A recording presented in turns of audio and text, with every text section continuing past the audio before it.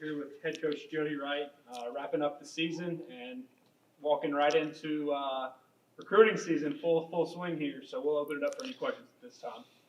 Coach, reflecting back on your year, what expectations you had at the beginning compared to at the end, and how do you reflect on the year as a whole as a first-time head coach? Yeah, I'm a forever optimist.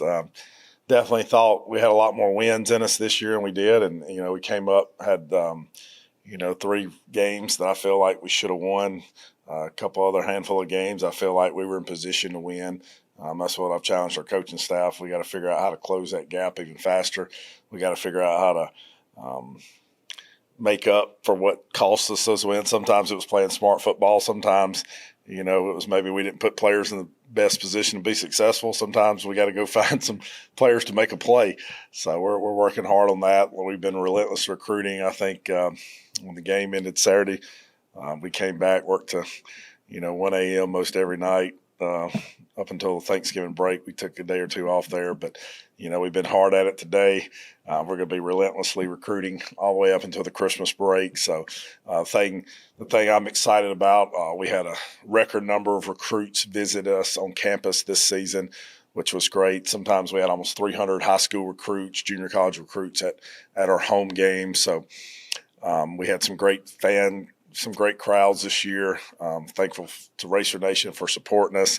I knew there was going to be some growing pains, getting hired, a little bit later in the process, kind of in the middle of January there, and missing the December recruiting window and different things like that. But can't say enough about our athletic director, Nico Yanko, and his support and vision for this program, and our coaching staff. We believe we're going to be able to win here and fix a lot of things that happened this past year. And it starts with finding football players. And like I told our staff, not necessarily we're not looking for just talent or speed. We're looking for some football players. And, we got a really good jump on that. We got big boards we've been working off of, and feel like I watched about 1,000 kids since the season ended, and had some great conversations, and a lot of them very positive and fired up to visit Murray State. And I think we've got over 10 kids coming this weekend, and then we've got kids coming basically every day until the school's out. So, but it's a busy time in college football, like everybody. The big deal right now is trying to build the best football roster you can for next year, and that's what we're trying to do. As far as the portal goes, how much of a difference would you say having your staff all here and established and being able to recruit in December versus February before, where you had half of a cycle to go through? Yeah, last year I don't think getting hired, like I said, in the middle of January, our coaching staff, it's some university policies, you couldn't have guys in place to go out and recruit until the signing day was closed. So I think I was officially the only employee here for basically through the February signing day. But our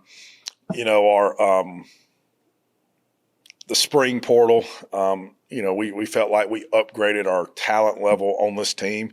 Evidently, we still got a long way to go. We upgraded some speed positions. The main areas we need, we believe, in this conference that we feel like we struggle with this year was our size, especially against some of the Dakota schools and basically all the teams in our conference a little bit bigger. So we got to get bigger at the line of scrimmage, bigger at the box, the second level defenders, your linebackers, and even tight ends and different things. So we're definitely putting emphasis on size, but it's a lot bigger pool right now because you've got so many high school players, junior college players are probably being low under recruited because of the transfer portal. The transfer portal officially opens December the 9th, but a lot of guys have already got in it, whether there's a coaching change, whether it's grad transfer in Division II. So we've got an early jump on those, and like I said, a lot of positive stuff. My social media inbox, I feel like I've got 1,000 messages a day. So my wife is and children have probably got a little irritated at me. I've been on that so much, but she's been great, and just like all our coaches. They know the importance of I always say you got to get good groceries first, and then we got to cook the meal the right way. So we're definitely grocery shopping right now, and then you got to get the ingredients and cook a good meal. So we're definitely a really good start, and excited about all these young men visiting and show them what a great university we have here and where this football program's heading. What's your approach to a recruit or transfer to with a 1-win team. Yeah. What's your pitch to them? Yeah, I tell them all the time. I said that's what I told our coaching staff. I said, hey, they've got to take a leap of faith and believe in us. And sometimes, we're going after that young man that maybe had a chip on his shoulder. That hey, I had to go play Division II football because I didn't get a chance to play Division I football. Or hey, I'm a high school guy that's being overlooked because of the transfer portal. The schools that should be signing me are not signing me. And sometimes it's just good old-fashioned hard work and finding a guy that's kind of a diamond in the rough, or maybe playing in a smaller football program or this or that, or maybe, hey, he's a little bit underweight, but what he lacks in size, he makes up in his heart and his determination and his football savvy, things like that. So, we're telling kids all the time.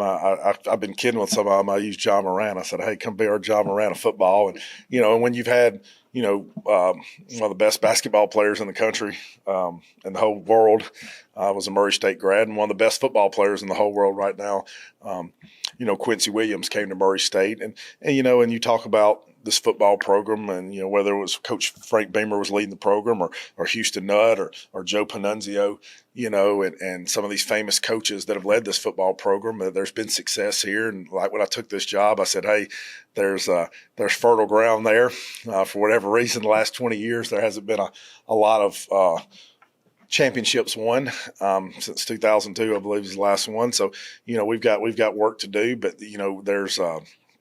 there's optimism in our staff, optimism in me, and I believe a lot of our players believe that are coming back, and we've had some that I think didn't.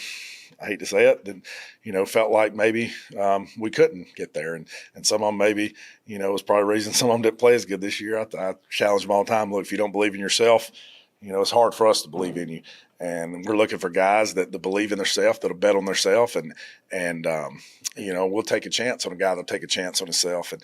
And the one thing I've loved talking to a lot of these young men is the challenge to get a play in the hardest conference in FCS football, and being able to tell guys, hey, this Missouri Valley Football Conference.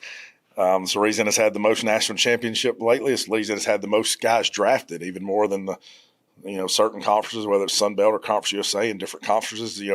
It's a really good conference, and it's a really great opportunity for you to come in and help turn a program around, be special, and also to the challenge of getting to play in the toughest conference in FCS football. And so a lot of them are embracing that challenge. And like I said, we got to get some really good young men. Look forward to getting some really good young men signed in December, and a lot of really good young men to join our roster in January. Is that pitch the same to guys that are thinking about entering the portal on your team right now that you want to stay? Yeah, and I met with some players today, and two guys that really played a lot of good football for us last year, and they were really excited. It's like, Coach, we believe in the staff and our position coaches and believe in you.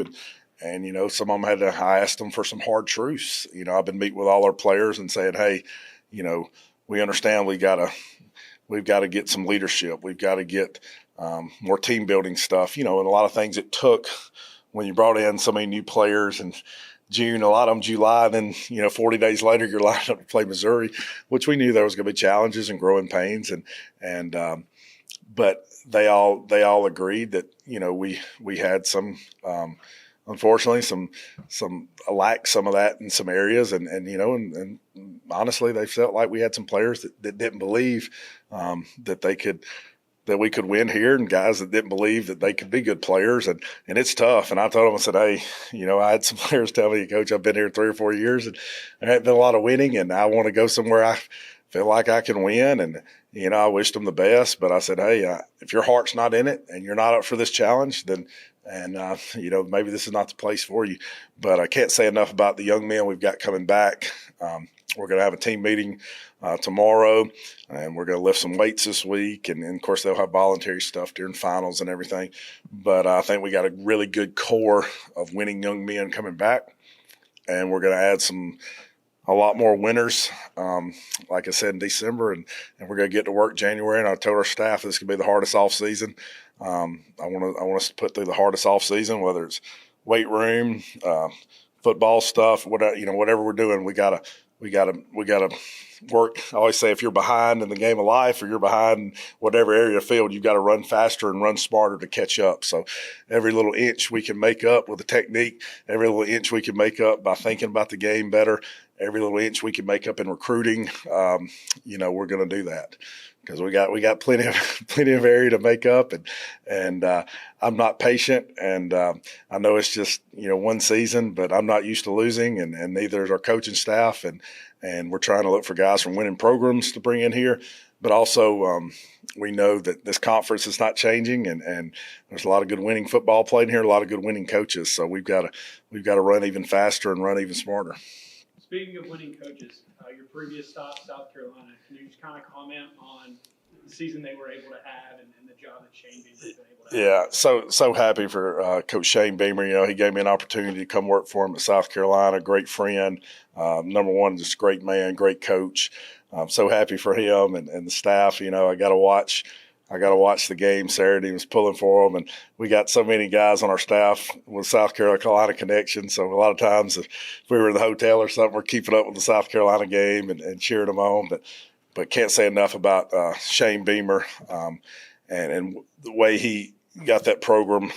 Being the year before, we had some big wins against Tennessee and Clemson, knocking them out of the playoffs, and we got beat by Florida, and a lot of people kind of written us off, and he just does a great job of number one, the players believe in him, and because he cares about him. He's such a good man, but a good coach, and he's just like last year. We didn't start the season the way we did. We had a lot of injuries, but and a tough schedule, and just like this year, I think they were sitting there kind of 3-3, and so proud. I know Debo Williams, a linebacker, and saw Josh Simon, Lenore Sellers, a quarterback. What a great young man, and they really done a good job of getting those guys kind of the hunger, and brought in some really good difference makers out of the portal, I think, and he's done a great job of getting them to play as one in a team. And every week, they've just done an amazing job of keeping that momentum rolling. And I hope they get in the college football playoff. I definitely think he's on the right track. They deserve to be. And there's probably not a hotter team in college football. I think Shane said it best when he said, probably nobody wants to see them playing. So, I definitely hope they get in, but amazing season and learned so much from him. And I was sitting there thinking about even some of the off-season stuff I want to do. He does a great job, and Derek Moore does a lot of their leadership, team building stuff. I'm going to reach out to him during the break, and got a lot of good ideas, that they use and stuff. But I think at the end of the day, he did a great job of bringing a lot of winning young men and has kept them on track and led them in the right way. You have a couple guys on your roster right now that are local guys. You got Jody, you've got Neely, you've got Galbraith. When you're looking at guys to recruit, do you look too much in your backyard? Yeah, we do try to find. I think I joke all the time. I said we'll take a good football player from anywhere. I was messing with one of my uncles. He was going on a cruise, and he was going to be over in Europe. I was like, hey, I think we're recruiting a kid from Austria or somewhere. So you see, if they look big, they look like they block, and or can tackle somebody, we're interested. But I do, I love having local guys. And I think the main thing I've challenged our staff is try to get guys from programs that football's important, and try to get guys from states that football's important. And there's some background of winning, and a background of they're coming from a winning culture, and they're used to, some discipline and different things. And there's a lot of great high school coaches around this area. So we're definitely going to be trying to find a lot of talent within this 5-hour radius and locally. It always starts with there first, but really excited about a lot of the, whether it's Kentucky, Tennessee, Alabama, Mississippi, Georgia, a lot of these states, Indiana, Illinois, they've got a lot of really good high school football. I thought we signed some really good high school players late. Like I said, I was kind of the only coach that was official before the signing day in February. So, but whether it's Jordan Washington or Jordan Sonneborn, some really good guys that came in and were able to contribute for us and are going to be really good players in this program.